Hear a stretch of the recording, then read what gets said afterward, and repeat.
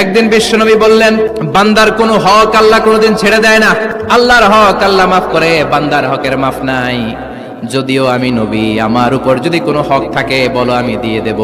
কোন সাহাবী দাঁড়ায় না। এক সাহাবী দাঁড়িয়ে বললেন, নবী, যুদ্ধের ময়দানে চাবুক চালানোর সময় এক কাফেরকে মারতে যেয়ে আপনার লাঠির বাড়ি আমার পিঠের মধ্যে পড়েছে। আপনি যেহেতু এই কিসাসটা আদায় করতে চান, আপনার পিঠে আমি লাঠির বাড়ি মেরে এটারে শোধবোধ করে দিতে চাই। বিশ্বনবী বললেন, আসো, তুমি এসে আমার পিঠে লাঠি দিয়ে চাবুক দিয়ে বাড়ি মারো। সাহাবী বলে, ও নবী, যখন আপনি আমার চাবুকটা পিঠের মধ্যে মেরেছেন, আমার পিঠে তখন জামা ছিল না।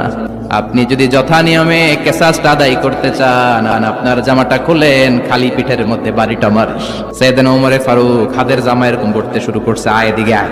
বিশ্বনবী বললেন, ওমর থামো, মারতে দাও। বিশ্বনবী উনার জুব্বাটা উপরের দিকে উঠালেন, পিঠের মধ্যে বাড়ি দেওয়ার জন্য ওই সাহাবীকে ডাকলেন। ওই সাহাবী বিশ্বনবীকে পিছন দিক থেকে জড়িয়ে ধরে ওই মোহরে নবুয়তের মধ্যে চুমু দিয়ে ফেলেছে।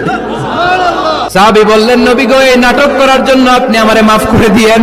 অনেক দিনের সাধনা, জল্পনা কল্পনা, আপনার মোহরে নবুয়তের মধ্যে আমার ঠোঁটটা লাগিয়ে আমার ঠোঁটটারে আমি জাহান্নাম থেকে পরিত্রাণ করাবো।